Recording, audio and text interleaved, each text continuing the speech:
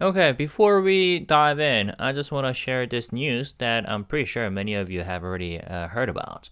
So, Netflix posted this about 16 hours ago. 18.4 million global viewers uh, with Live Plus One showed up for their Bangtan when BTS reunited live on stage for the first time in almost 4 years in BTS The Combat Live, Arirang. Congratulations to RM Jin, Suga, JHope, Jimin V, and Jungkook on their iconic performance. Now, what they mean by live plus one is that 18.4 million global viewers watched this either in real time or within the first 24 hours after it aired live. Okay, so yeah, 18.4 million viewers. That's a lot. And it's kind of funny how, a lot of Korean media articles made a quote unquote controversy out of that comeback show for the fact that quote unquote only 40,000 people showed up on site that day. Well, whether that number is technically right or not, the amount of people who were watching it at their homes in real time was 18.4 million people. That is incredible. Now, so that was a success. And what Netflix is going to promote for the next few days is another project, right? BTS The Return, the documentary that will discuss the whole album making process for Arirang, especially, how BTS members spent time in LA for 2 months, and they also did, post-production work in Seoul as well, right? Now, before BTS The Return hits Netflix, a handful of outlets got early access and wrote about it in really substantial detail. And I think these journalists and critics who got early access captured something really worth reading closely. So what we're going to do today is read through an article. Specifically, I'll read this by Mashable, BTS The Return Review, the world's biggest boy band without a clear direction. But then I will add some details. I think this one captures the most comprehensive picture of the documentary. Well, kind of allow us to have a peek instead of everything. But then I'll also add some details from Teen Vogue and Vulture. Okay? So this one is called With Arirang, BTS said goodbye to an old version of themselves. Did it work? This one is called 7 Revealing Moments from BTS's Making of Album documentary. Okay? And then I'll finish with the Korean press event article, which covers the screening in Seoul, which happened a couple days ago, where the director and producer spoke about making the film. Okay? So let's start here. BTS The Return Review, the world's biggest boy band without a clear direction. The documentary is an intimate, surprisingly revelatory look at BTS in transition and the complicated process of figuring out who they are now, by Crystal Bell on March 23rd, 2026. Now, before we move on, I just want to say a couple things very clearly, because there are going to be some very interesting and kind of controversial stuff that we are about to read. Okay?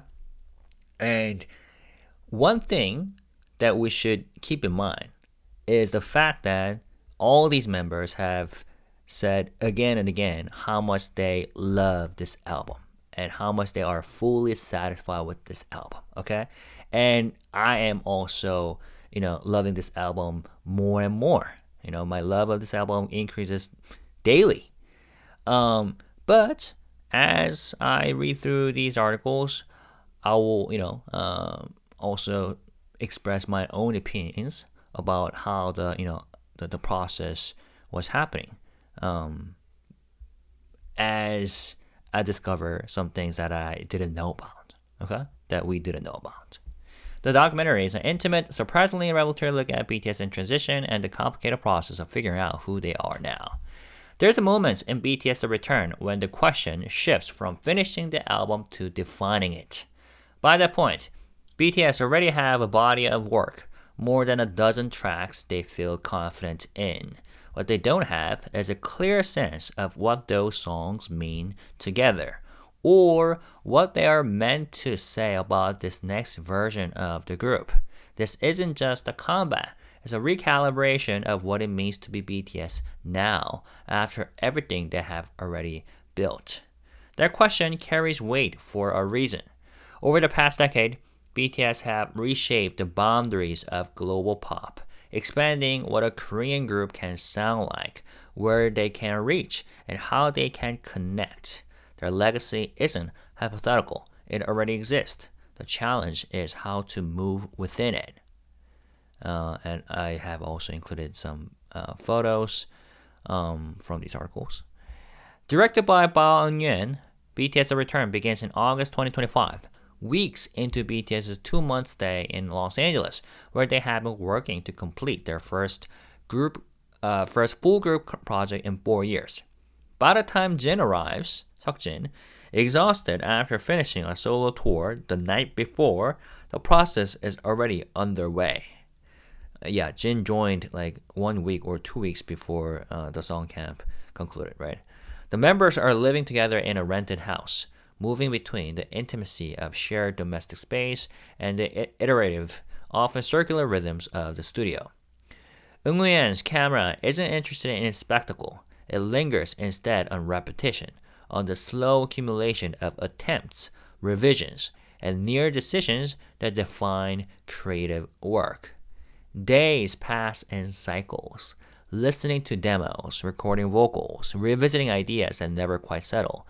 There's a looseness to how time is structured, but not to what is at stake.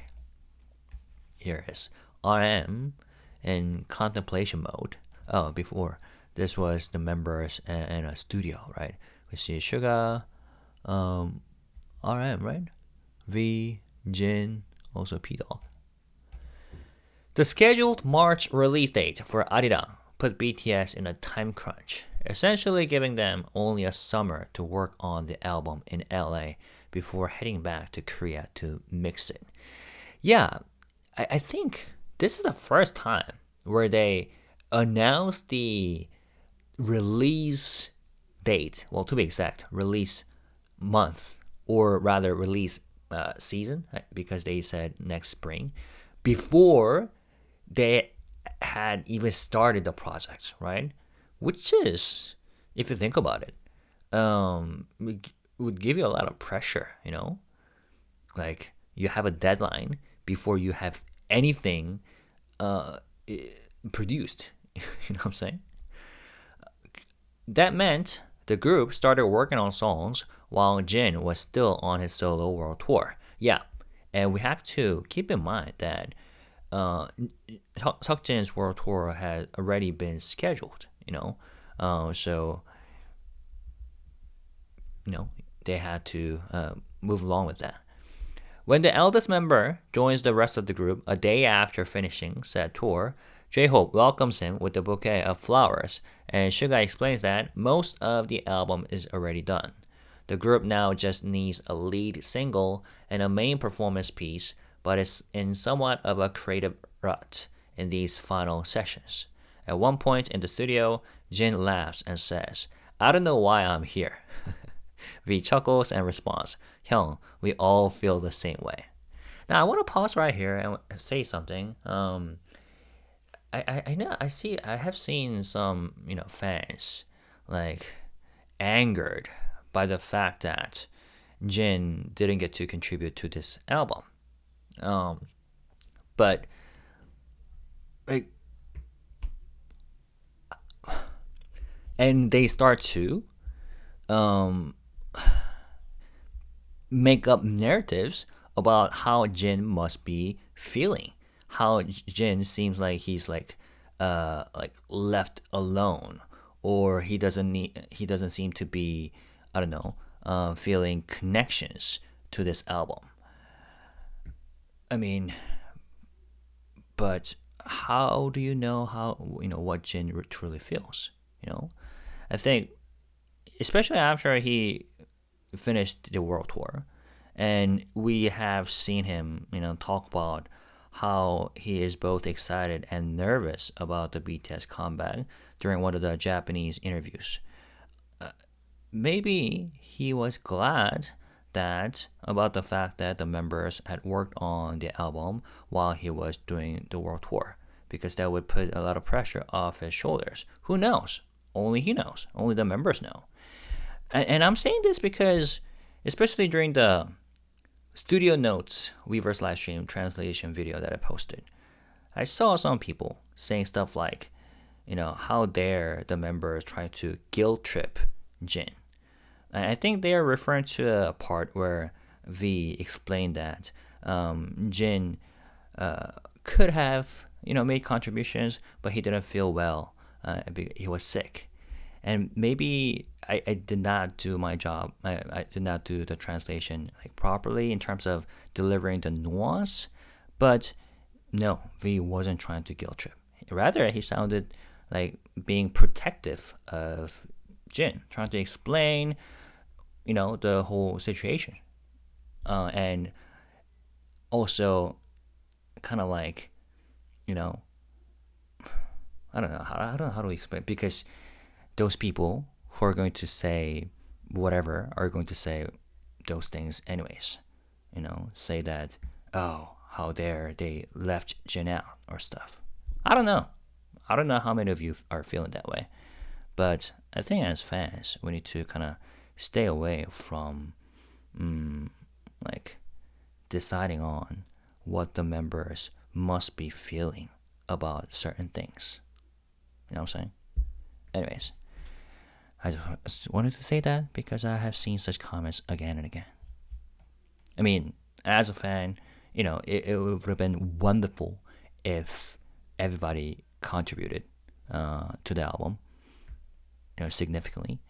And kind of sad to see, not see Jin's name in the credit list, but we know how hard he worked ever since he got discharged from the military.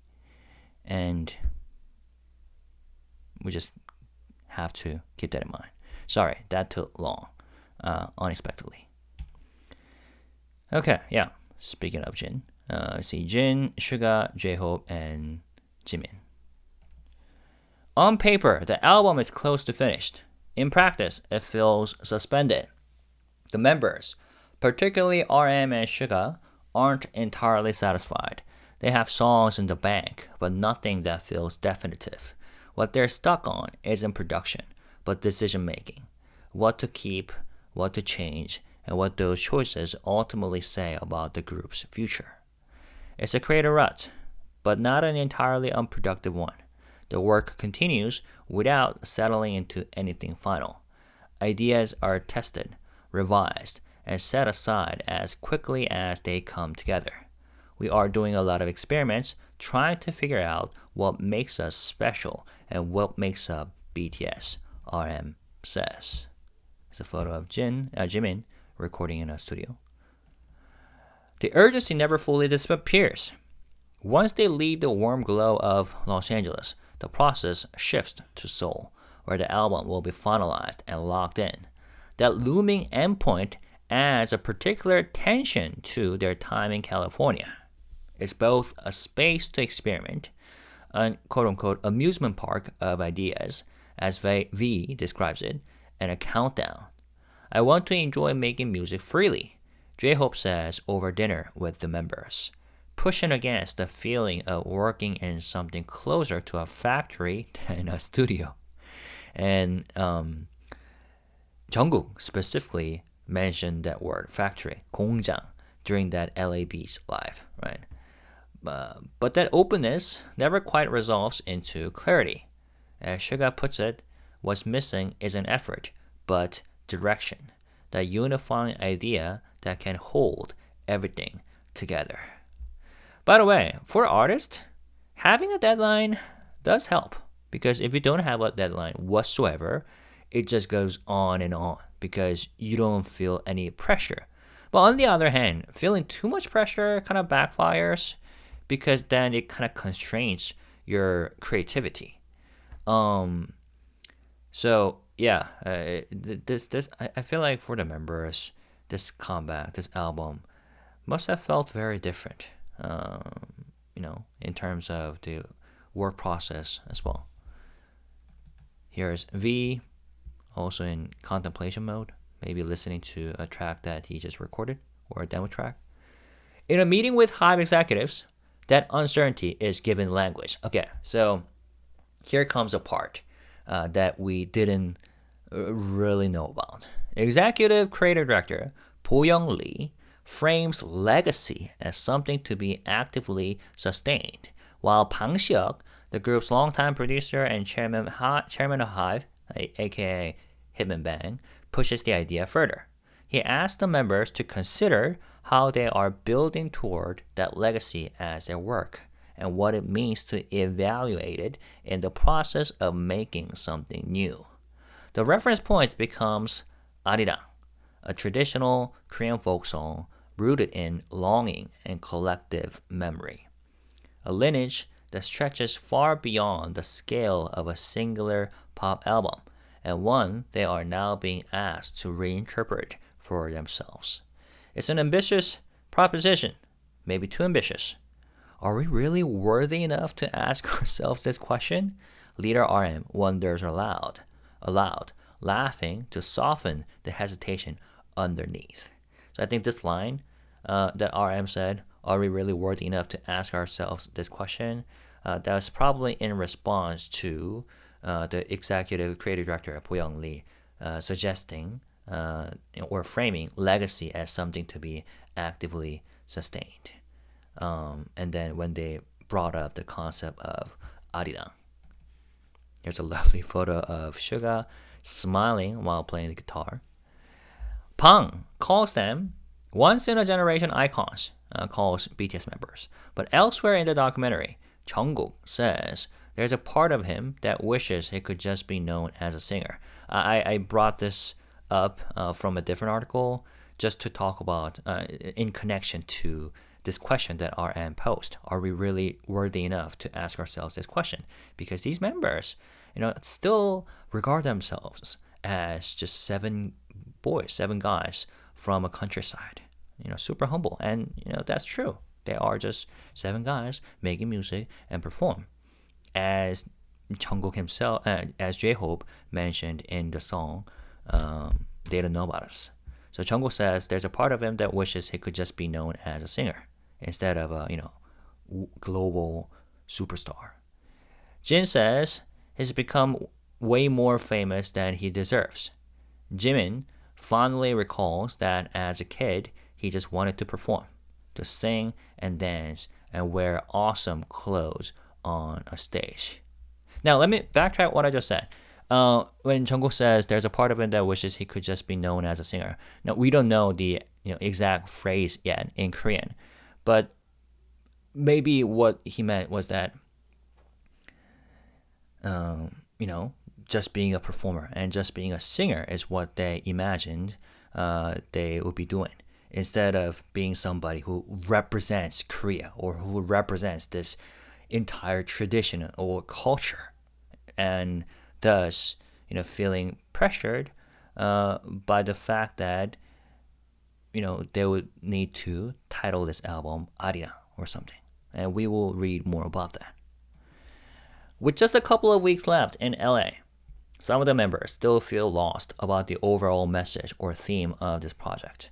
BIGHIT executive creative director Bo Young-lee proposes that the album reference the history of the first known recording of the Korean folk song Arirang, which was made by 7 Koreans who came to the US and studied at Howard University in 1896.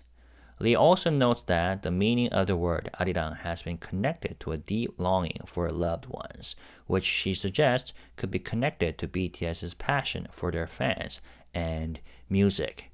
So that confirms 2 things. First of all, like I thought before, it was the company, the executive, who came up with the idea, the Arirang as album title, and that, the historical details, making connections to the historical details. 7 Koreans who came to the U.S. and studied at Howard University in 1896 who recorded the very first Arirang as a recorded version. And secondly, how there were army theories about this, right? Somebody came up with a theory that maybe they're going to make a reference to that historical detail. The 7 Koreans who went to the U.S., studied at Howard University, and even recorded Arirang. And some people thought that BIGHIT or HYBE, after seeing such fan theories and thought, oh, this is so cool, we should make a project out of this, and then later made an animation video to make it seem like they thought of it before. But this tells us that this was what they had in mind originally, even before the album was completed. So let's move on. The film's most conceptually dense sequence unfolds around the introduction of the popular Korean folk song and the 7 young Korean men who first brought it to the United States in 1896. The conversations slow, the tone becomes more deliberate, and the stakes expand beyond the album itself. The idea originates in a meeting with HYBE's executive creative director, but it follows them back into the studio where it becomes something they have to actually work through. Bang wants to sample Arirang in the album. What is being proposed isn't just a sonic reference, but a framework. It's a way of situating BTS within a longer cultural lineage, one that carries its own expectations and histories. What that looks like in actuality is far less resolved than the concept suggests. Yeah, that's a very ambitious and grand concept, The longer they sit with the idea, the less stable it becomes. This is where P-Dog, their trusted in-house producer, comes into focus. He doesn't push the group toward a solution so much as keep them moving through the uncertainty, reframing what might otherwise feel like stagnation. At the end of one long day in the studio, when the conversation has circled without resolution, and the members seem to be slowly losing focus after hours of trying and failing to bring this idea to life, his assessment is simple. We failed just enough. I wonder what how he said this in Korean. 충분히 실패했다? 충분히 망한 것 같다? 충분히 실패한 것 같다? Or something like that? We'll see. It's a photo of JHope in a studio recording. It's a small moment, but it reframes everything that comes before it. The point isn't to arrive at a perfect articulation of Arirang, or even to resolve what it means for BTS to carry it forward. It's to stay inside the process long enough for something to take shape, even if that shape remains incomplete. Eventually, Arirang is folded into the track Body to Body. A debate emerges over how much of Arirang should be present in the track. That Arirang, Arirang, that melody, whether it should be foregrounded or folded into the production, and how it might be interpreted depending on who is listening. Would using the song be too overt for Korean listeners? They worry it might feel too traditional, too heavy-handed, even uncomfortably patriotic. The hesitation comes from within, from a shared understanding of how Arirang functions culturally and how easily it could tip from meaningful into something that feels imposed. So this is fascinating because it tells us that these members have already thought about, so there are, people who are criticizing this album, right? And then some of the criticisms I think are valid, like the inclusion of Arirang in the track Body to Body from Korean's perspective. Because, so here's this is something that I brought up from a Korean article. For example, JHope, we'll find out later, was excited about the outcome. So he danced when the music played with Arirang included at the end of Body to Body. But then V was concerned because some people might feel uncomfortable because it sounds uncomfortably patriotic, too patriotic. That's what he meant by 국뽕. 국뽕으로 가는 거다. Oh, I guess we are going with, patriotism or something. And then RM said that it feels like we're eating bibimbap with all sorts of ingredients mixed in a chaotic way, such as kimchi or pork cutlet and everything mixed. And it sounds exactly like those critics, who are criticizing the track and the album. That, okay, after all, they have titled this album Arirang. But then there are mostly English tracks. There are Korean lyrics, but mostly English. And we will figure out that the members were insistent on including more Korean lyrics, as opposed to the idea suggested by the company. And, the article talks about it. And at the same time, okay, Body to Body, that track itself is very, Western sounds. It sounds very Western. But then at the end, it has included Arirang as an outro. So, what's the point of it?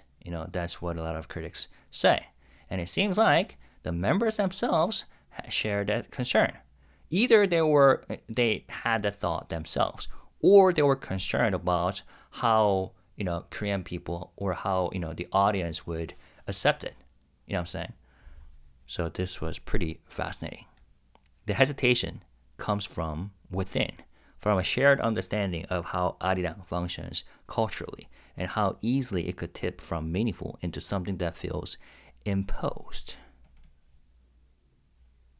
Lovely photo.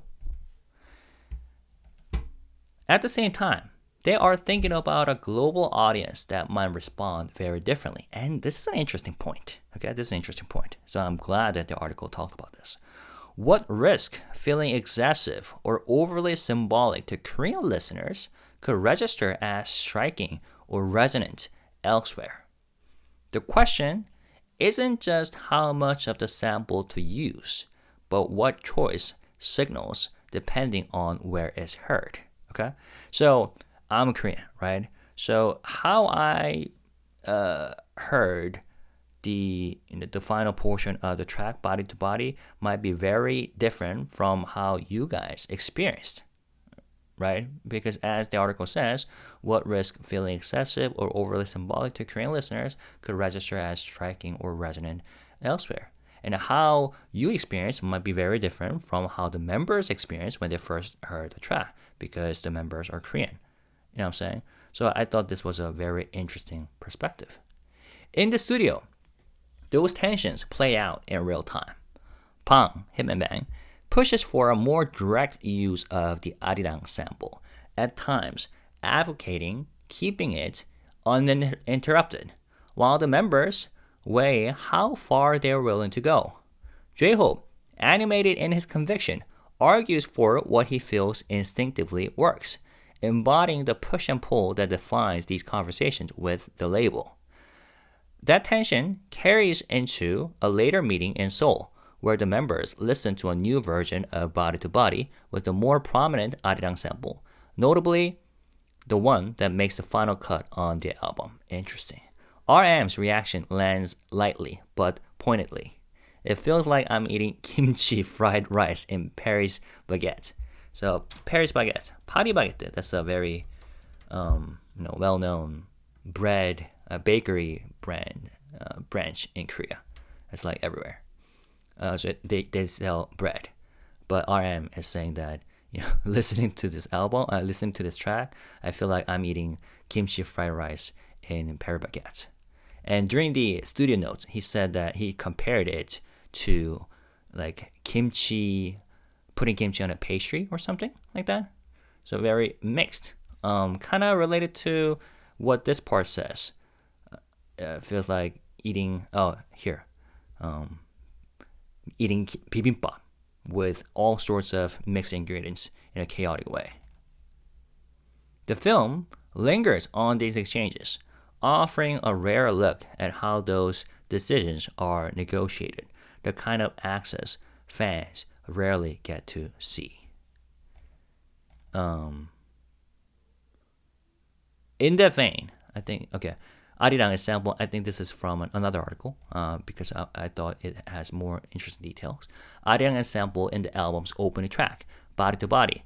On the last day in LA, RM is worried that the song contains too many disparate elements and compares the listening experience to eating a mixture of bread, pork cutlets, and kimchi. Okay, that's what I read in this portion of the Korean article. Wait, why does that sound delicious? Jimin counters. 왜 이렇게 맛있지? So nowadays, Korean people love using the phrase delicious when they trying to describe something that they truly enjoy. Not only food, but like music or I don't know, movie or content, whatever. But especially music. Jimin counters, wait, why does that sound delicious when he first listened to the track mixed with Arirang in LA? Okay, so this was before they heard the final version in Seoul. Okay, this is from a different article again. While JHope asserts that the sample gives him goosebumps, okay, clearly JHope was excited about the product, V and RM worry that incorporating too much of Arirang will feel overly heavy-handed to Korean listeners. So kind of like 국뽕 that this article mentioned, too patriotic. Even JHope isn't thrilled with the later version of the track that extends the Arirang part. I guess that's when they heard the track in Seoul. Now, HYBE chairman BANGSIHYUK eventually makes the case personally for the longer version, asking the members to consider how it would feel to see tens of thousands of foreigners singing along to that much of the iconic folk song. Again, the company reminds them that their target audience is more global now. I believe you will gain much more without losing too much musically, Bang says. For me, it's not a matter of choosing a good or bad song. Interesting take. Now, I want to pause here and I want to ask you and I want to discuss this just a bit because, again, I love the track, Body to Body. And to me, it doesn't really sound that strange, although I know exactly what the members were worried about. For example, V and RM. And yeah, I could see how some Koreans might be feeling like, why did they include Arirang after all? Why are they going for that, patriotism? And if you think about it, BTS members, they love Korea, right? But I don't think they have ever been like, trying to spread Koreanness intentionally with certain agenda. You know what I'm saying? I think the fans around the world got to know more about Korea thanks to BTS just because BTS members are Korean and they never hesitated to hide that, But what I'm trying to say is that it was always natural, it never felt forced, the members, I don't think they were ever like, hey, Korea is awesome. Here's Koreanness that I want to teach you about and stuff. No, I think fans got to know beautiful details about Korea because the members have naturally talked about it, whether through lyrics or music or through their activities. For example, how RM, has been collecting all the Korean arts and visiting museums. And the fans, even when RM never explicitly talked about all the details of Korean arts, did their own work and research and got to know more about Korea through BTS. So I feel like, I don't know, I'm in general kind of against being forced or anything that feels forced. And in this case, I wonder what what's the vision or objective that BANGSIHYUK had in mind? If you have been following me, I really respect BANGSIHYUK as a person and as a musician. And yeah, I respect the guy. But I'm feeling, what's the point of including Arirang in the track? And what's the point of naming the album Arirang? You know what I'm saying? Is it to make BTS like the ambassador of Korea? Or is the point to make more people know about those Korean terminologies or Korean traditions like Arirang and of course 경복궁 through the Netflix comeback show and all those Korean histories? Is that really the point? But again, BTS had always been doing that without being overly apparent, obvious. So yeah, when I first read these articles, I had that question. What was he thinking? Does he love Korea that much? Or does he really want all the global people to appreciate Korean tradition? Or does he or does the company want to make like BTS as the face of Korea even more so? I don't know. That was a question I had. And I would love to hear from you guys, as international fans. You know what I'm saying? All right, let's move on. There are technical questions to iron out: tempo, arrangement, placement, but they quickly give way to something more layered. How do you use something this culturally loaded without letting it overwhelm the song? Great question. How do you make it feel impactful rather than performative? Exactly. What emerges isn't a clear answer, but a sharper sense of how differently the same choice can land. What resonates in one context might feel excessive in another. What reads as homage could just as easily be interpreted as obligation. And again, to me, even though I'm a native Korean, Body to Body doesn't sound that excessive, even in the outro portion. But I could see that could be the case for some Korean people, because it kind of sounds random for them. At one point, their question is made more explicit. Okay, this could be controversial. I thought, including this detail is the fact that they decided to include this detail is pretty fascinating. In a sense, a HYBE executive points to earlier tracks like On and Black Swan, suggesting that while ambitious, they weren't always easily relatable for broader audiences. The implication is that something more legible is needed. That line of thinking begins to shape the group's direction in real time, nudging them toward a lead single like Swim, which feels designed to land more instinctively. And of course, I need to stop here. Okay, let me read this part too. It's from a different article. Lyrics that only speak to us won't be heard by anyone else. V suggests in one meeting. Okay, so this is what V said. And there's bad news for fans whose favorite BTS songs are On or Black Swan. Kim, the VP of Big Hit, maybe Nicole Kim? I need to look. I think this is from Vulture article. Specifically identifies them as examples of songs that aren't very quote-unquote relatable. JHope suggests the lyrics of Swim should be more accessible and inclusive. I love On and I love Black Swan. And I need to stop here. And the reason why I said it's super fascinating how they even included this is because I think if I were Nicole or whoever, VP at Big Hit, yes, Nicole Kim has become the new VP of Big Hit. I wouldn't want this to be included in documentary because I'll be grilled and hated and criticized those fans who love On and Black Swan and who might be saying, how dare you, say such things to the BTS members. You know what I'm saying? And I cannot fully agree with what she allegedly said. Because what do you mean, like, the songs aren't very relatable? I mean, those people who love rap and hip hop, we appreciate the rappers' lyrics and their verses and rap because they tell their own stories. And we discover ourselves in those songs.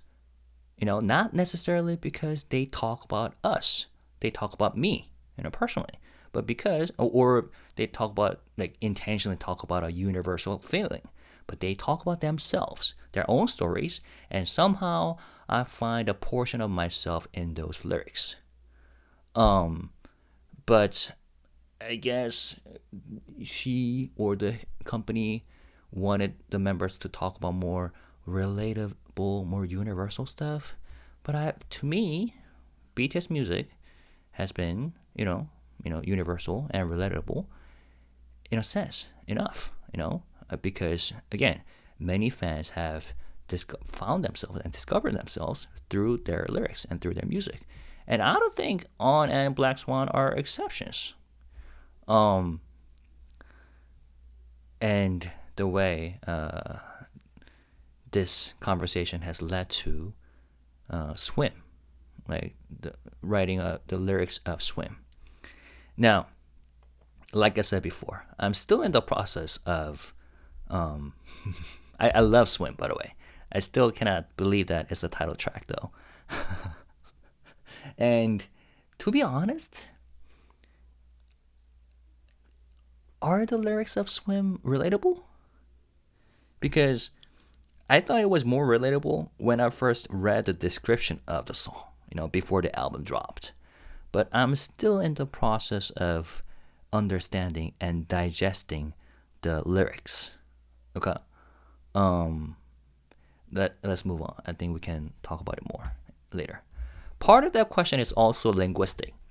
At various points, the group is encouraged to think about the album's global accessibility, about how certain lines will land for listeners outside Korea. English becomes part of the equation. The push toward a more global sound isn't abstract. It's articulated directly by an executive from HYBE. The members don't resist the idea outright, but they do question what it requires. Suga feels like there's already too much English in the lyrics, particularly in the rap verses, while RM returns to the question of authenticity.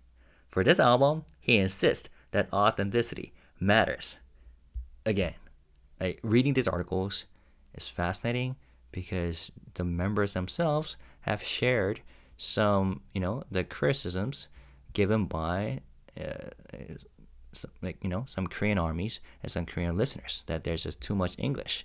And it sounds like if these members did not voice their opinions, there might have been even less Korean and even more English.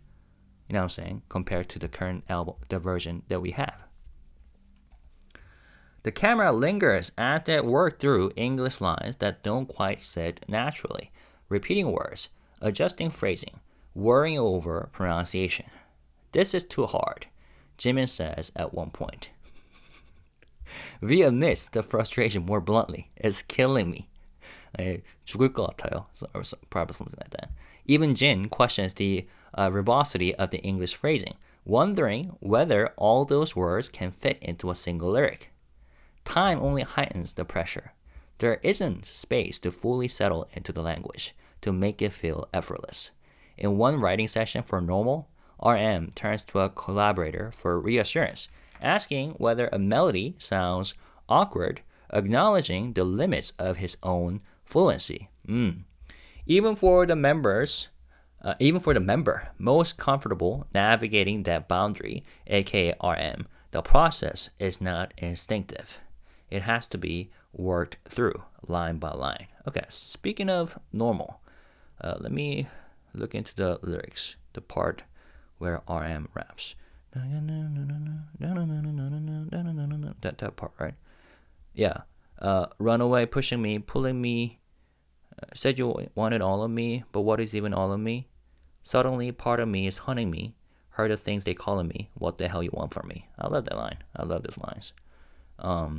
But even RM struggle with the English lyrics. If English expands the music outward, Korean anchors it in something more specific. The space between the two becomes something the group has to actively parse, take by take. What the return makes clear is that global isn't a neutral goal. It's a process of constant adjustments, one that happens in the body as much as in the music. Okay, let's talk about Swim more. So this is from Vulture. BTS knew Swim was taking a risk. The members consistently acknowledge that this lead single is a mellower departure from their usual style. When RM reflects in a meeting that the song feels a bit low in energy, Jungkook says the entire track feels that way. I would hesitate a bit before playing this for someone, JHope adds. But Suga points out that the group was similarly unsure before releasing Dynamite, making the case that it would be cool to come back with a different vibe. It's a conversation the members are having outside the group too. When V has dinner with a group of friends that includes actors Park Hyung-sik, Park Seo-joon, and Choi Woo-sik, he tells them, okay, those of you who don't know, Park Hyung-sik, V, they're friends. They have filmed like variety contests. Yeah, here we go. This is Park Hyung-sik and this is Park Seo-joon. And Choi Woo-sik,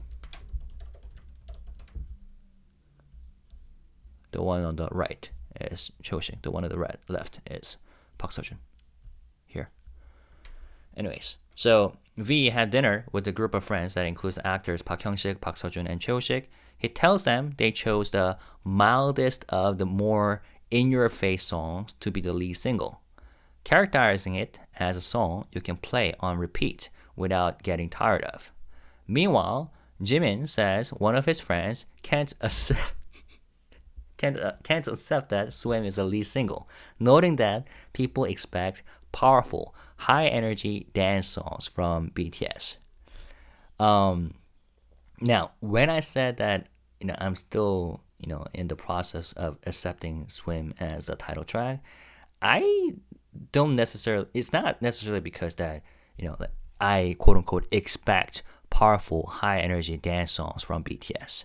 It's just that I'm surprised in a strategic sense. Like, when I first heard it, I was thinking, why did they choose this? Because choosing a lead single is all about tactics and strategies. You know what I'm saying? And BTS, I appreciate all sorts of music from them. But why make this lead single? You know what I'm saying? Let's keep reading. Jimin says he shares a sentiment previously expressed by RM, that if BTS is going to change or take a risk, now is a time to do it, but is admittedly still a little nervous because of a lack of conviction among the members. Fascinating. Intimacy by design. If the studio sequences are defined by pressure, the film's emotional center lies in the spaces Bao Nguyen, the director, builds around them. The decision to introduce handheld camcorders switches the film's visual language in a subtle but meaningful way. Perspective becomes fragmented, subjective. The members are no longer just being observed. They are observing each other and the spaces around them, shaping how their time together is documented. V takes the camera most naturally, moving through the house with an ease that makes the footage feel less like documentation and more like memory. That allows the director to linger on moments that might otherwise be cut, eating samgyeopsal together, pouring drinks, staring around a table as conversations drift in and out. Outside, they pass time just as loosely, tossing a ball back and forth in the yard, slipping into the pool, moving between activity and stillness without clear structure. In one scene, RM picks up a saxophone and the others sing along without prompting, the moments unfolding without pretense. And if you have watched BTS like variety content, you are kind of familiar with this type of happening. These scenes aren't framed as relief from the work, but as part of it. These are the conditions that make the work possible. The time spent together, unstructured and unproductive on its surface, becomes a different kind of creative foundation. But I can see that for people who didn't know about BTS much, like seeing these members interact very genuinely in such way could come across as kind of, as a surprise factor. It could be a surprise. The effect is cumulative. By the time the film moves away from Los Angeles, that shared space feels essential to how BTS function, not just as collaborators, but as something closer to a family, of course. What remains when they're not trying to define it? That sense of proximity becomes more fragile once the group returns to Seoul. Nguyen doesn't dramatize the change so much as let it register through contrast in the absence of the collective energy that defined their time in Los Angeles. What once felt continuous now feels dispersed, each member moving through his own space again. In one of the film's most intimate moments, Jimin sits alone, describing a life that has grown smaller, more contained in the aftermath of fame. The scene is unadorned. A meal, a screen, the low hum of routine. The camera holds on him just long enough for the weight of that admission to settle, not as a revelation, but as something quietly lived. It reframes what came before. In retrospect, the Los Angeles sessions begin to feel less like a production period and more like a rare alignment, a stretch of time defined not just by work but by closeness, by the simple, increasingly uncommon experience of being together in the same place, moving through the same days. RM gestures toward this in his philosophical reflections on time, drawing a distinction between what can be measured and what can be felt. The steady passage of days gives way, in those shared moments, to something more elastic, shaped by presence rather than schedule. Nguyen doesn't underline the point. He doesn't need to. It's already embedded in the film's pulse, in what it lingers on, and what it refuses to resolve. By the time BTS leave Los Angeles, the album remains unfinished. The questions that shaped it are still open, but what the film reveals, almost in spite of itself, is that the time they spent together was never just a means to an end. It was a thing they were trying to hold on to. Fascinating. Let me read some segments from Vulture and from Teen Vogue as well. 7 revealing moments from BTS making of album documentary. I'm just going to read this. It's an intro. When director Bao Nguyen set out to document BTS' long-awaited comeback as a group, he had Greek mythology on his mind. He told press in Seoul that when he saw the members speaking to the crowd at one of their last US concerts before their mandatory military service, BTS reminded him of Odysseus, while the article crossed out, army wives, while their fans were like the Homeric hero's waiting wife, Penelope. But the documentary ended up telling more than just a story of yearning for a return. Following the March 20 release of BTS' latest album, Arirang, people have debated whether a project named for a Korean folk song needs more Korean lyrics, whether the track list feels cohesive enough, and whether it is sonically the right next step for BTS's discography to take. BTS, The Return, demonstrates that the group anticipated and debated some of those same concerns in songwriting sessions and meetings with company execs at BIGHIT Music and HYBE. They weren't necessarily confident in how fans would feel about their final choices. In the end, it's good as long as people like it, Suga suggests at one point. Interesting. We never know what's going to take off. That's just how it is. Interesting that came out of Suga. And I read this because, let's read this part too. The group was unsure about having so much English on the album. In one meeting, Suga and RM expressed a desire to add more Korean lyrics, particularly in the rap verses.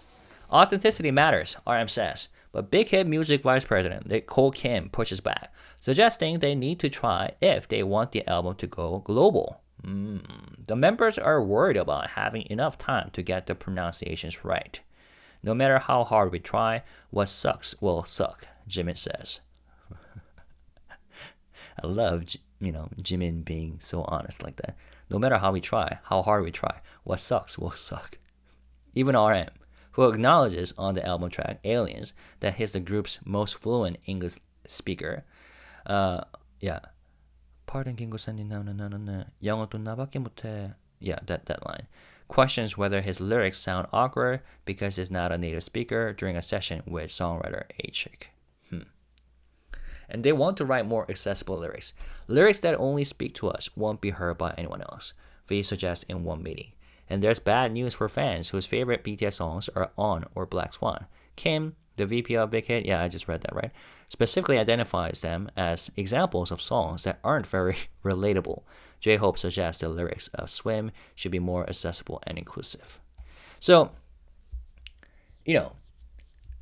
of course, there are critics who are criticizing the album in a ridiculous way, and they're saying it for the sake of saying it. They're hating for the sake of hating.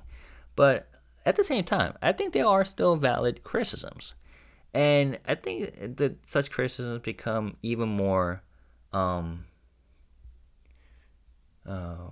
worth looking at, given the fact that the members themselves have struggled with these questions, including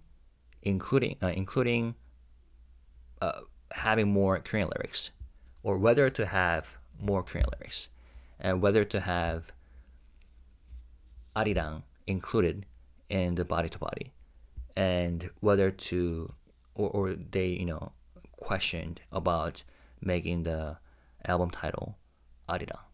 You know what I'm saying? And also making Swim the lead single. Yeah, of course, there are some fans, after reading these articles, kind of like hating on the company, like Big Hit, HYBE, and like Nicole Kim in particular. I'm kind of against that. I mean, I think it's important to have like classy conversations whenever we can, but at the same time, I think it's also unwise to not have conversations at all. You know what I'm saying? And if I would get to ask them a question, BTS members a question, during a Q&A session about the album, I would love to ask them,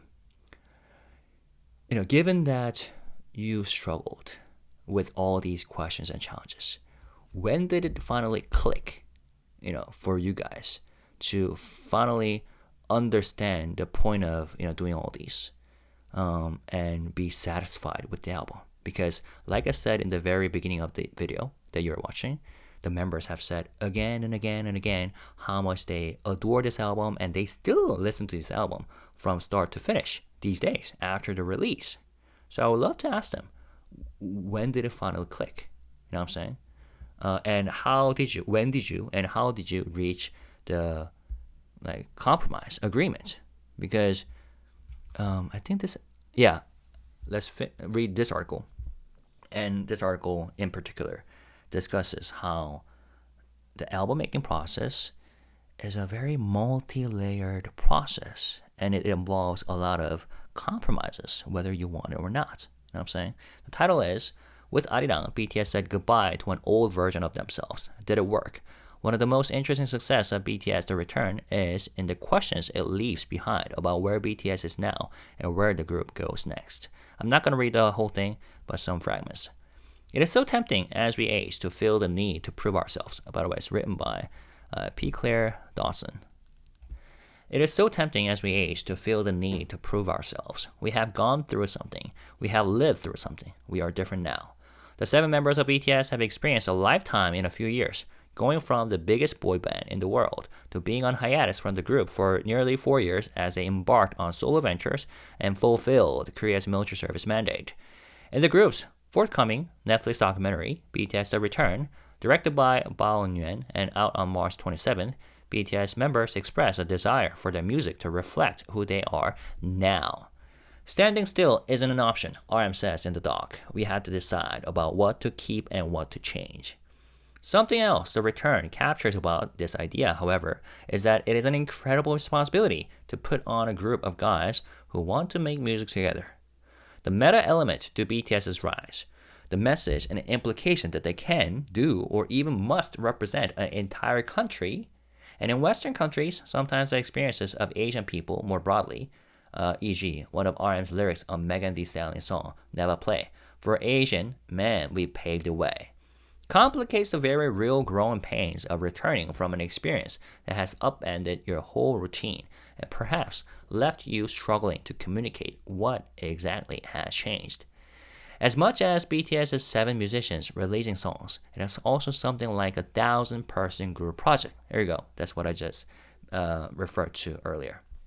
Between the now mammoth size of HYBE, the lengthy roster of collaborators, Diplo, Elgin Cho, and Ryan Tedder, to name a few, on Arirang, and the Netflix of it all, there are many players and many goals, not including the millions of ARMY who are deeply invested in the process. This is, unsurprisingly, a complicated environment in which to make an album. One of the most interesting successes of this documentary is in the questions it leaves behind about where BTS is now and where they will go next. Some of the lyrics on Arirang imply a nervousness about whoever is coming up behind them, the never-ending churn of youth in the entertainment industry, even as they seem to say the opposite. See the confident rap lines on 2.0, for example. Yeah, especially how Suga begins the song with the lines like 그래 방탄처럼 그게 말은 쉽지 우린 뜀틀 누가 맨날 뛰어넘니 웃기기는 한데 사실 안 웃기지 10년은 말야 어린 반부너치. The members of BTS feel they have grown up, so they want that growth to be perceived and for the lyrics and sound to reflect the ways they have changed.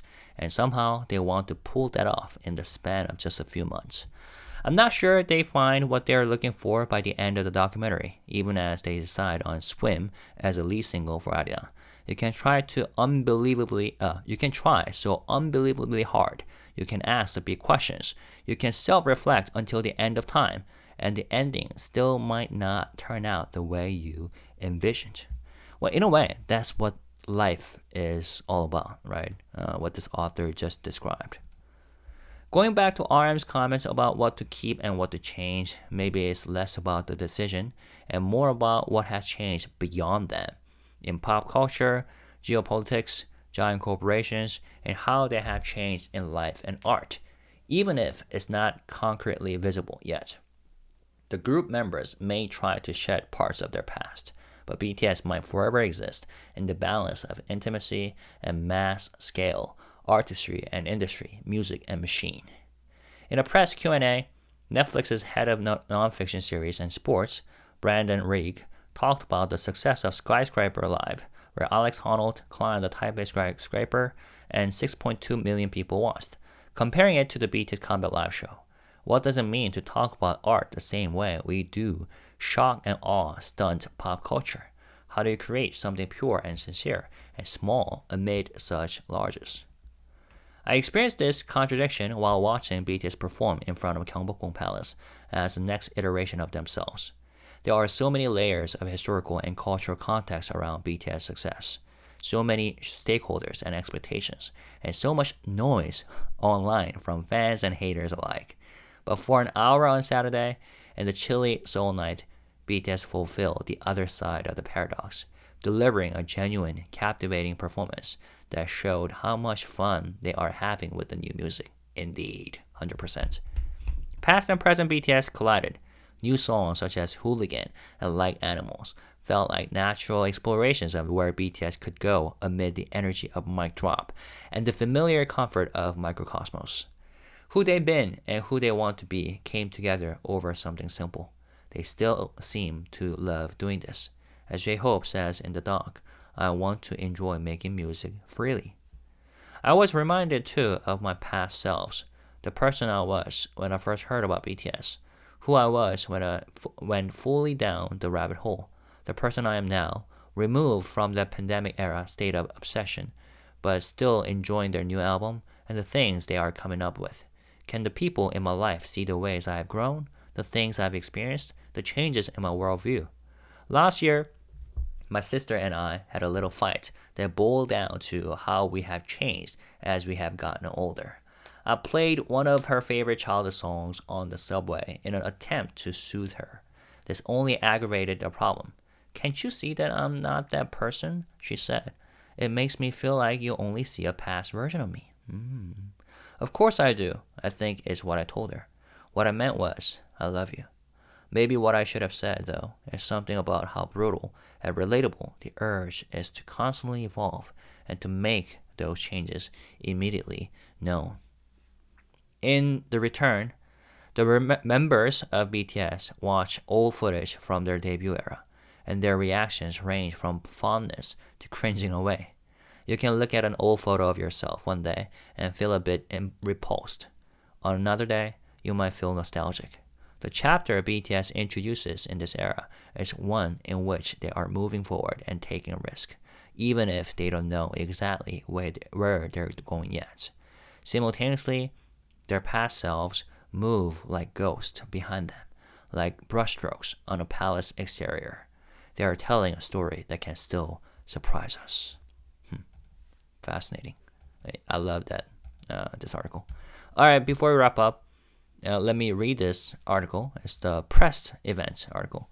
The most personal BTS documentary yet, BTS The Return. BTS opens up about their innermost feelings through BTS Return.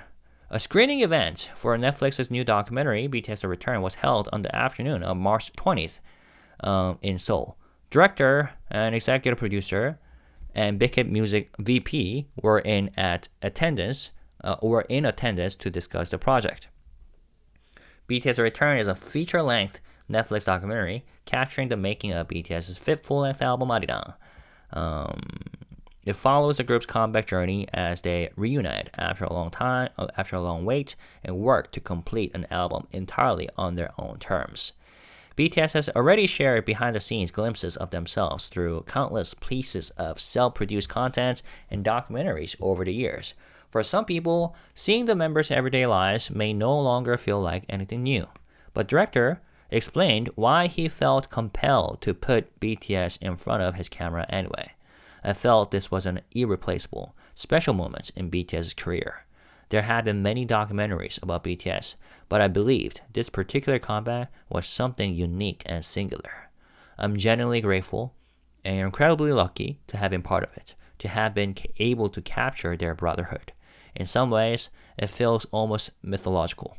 When I watched ARMY's reaction at BTS's last concert before enlisting, their emotions remind me of Penelope from the Odyssey. And now here they are, on the verge of returning. I'm just grateful to have been part of that journey. The element the director focused on most in directing the doc was intimacy. I wanted to capture their family-like closeness, those private, intimate moments. So I handed them camcorders that could achieve that old VHS-style look. Home videos are usually shot by fathers or family members to preserve memories of the people they love, and I wanted to use these camcorders to capture that same family dynamic within BTS. I think that's what sets this doc apart the most. Executive producer Jane Cha Cutler echoed his sentiments. This project was only possible because of the members' wholehearted cooperation, she said gratefully. That intimate atmosphere, the brotherhood, the playful moments, all of it came through because of their support. Filming while someone is deep in the creative process can be intrusive and disruptive, but BTS wanted fresh, new footage and actively worked with us. I'm truly grateful for that collaboration. She also added, it's not common for an artist to reach the peak of their career, complete their military service, and come back. That's part of what makes the return so special. Despite the confident and enthusiastic way the three spoke about the project at the screening, getting BTS to return to audiences was anything but smooth, the article said. They had only about 8 months to travel to the United States for filming, then complete editing and subtitling. An unusually tight window, given that most documentaries take anywhere from 1 year to over a decade to complete. The director acknowledged this as the biggest challenge he faced. The timeline was brutal. Normally, when you're making a documentary, you have moments where you can stop, reflect, and think about the direction you're taking. This time, there was no room for that.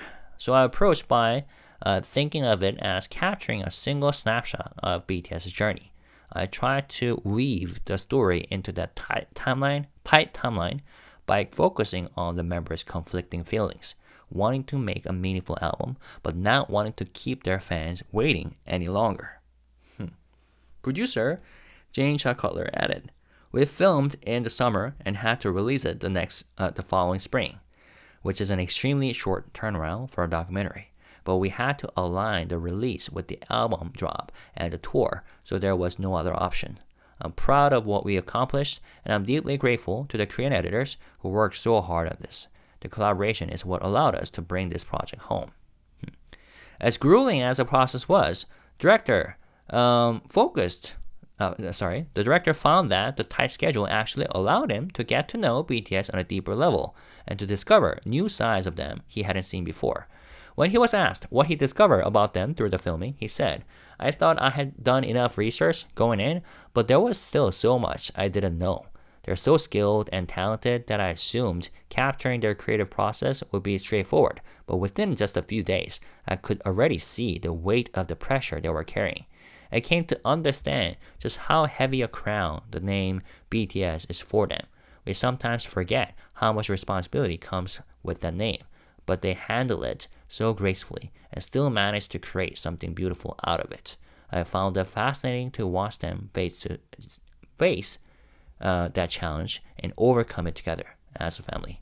He continued, "My hope is that 10 years from now, when BTS looks back at BTS Return, they'll think the experiences and connections from that time shaped who I am today.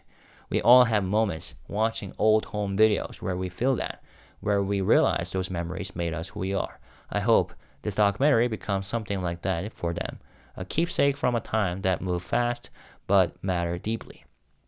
Producer Jane Cutler added, "My favorite scene in the documentary is the one where the members look back at footage from their rookie days and just enjoy it together. I hope that 10 years from now, they'll be able to sit down with this documentary and have the same kind of joy." And that part is included in the trailer, right? Where they sit at a small theater and watch their past concerts and past footage, and get emotional. So there we go. That's what I have for you. And what do you think? What do you think? And I just wanted to make this video so that I could get properly ready for the documentary, which I'm really excited to watch. And again, I'm like, these guys are so honest, and it's so fascinating how the documentary to include those honest moments from the members, even in the moments where they express doubt openly about their own album and music and songs and the choices that they had to make. You know what I'm saying? But again, what doesn't change regardless is that these guys love the album, and the album is fantastic, and I love the album as well. But I think after watching the documentary, I would have more thoughts to play around with, interesting thoughts to play around with when it comes to understanding this album. You know what I'm saying? So that's it. And I think that's enough. Okay. Leave your thoughts in the comment section. What stood out to you? What was surprising? And I think there are some of the large topics to talk about, including making Arirang as a title of the album, and including Arirang at the end of Body to Body, and making Swim the lead single, and having more English lyrics and less Korean lyrics, and making song lyrics relatable. I think those are some of the quote-unquote debatable topics that we can get out of reading these articles. So what do you think about those? Leave your thoughts in the comment section. And as always, when you do so, let's stay positive, respectful, and classy. Thank you guys. Peace, love. Bye-bye. Oh, we only have 2 days before the documentary drops. Peace.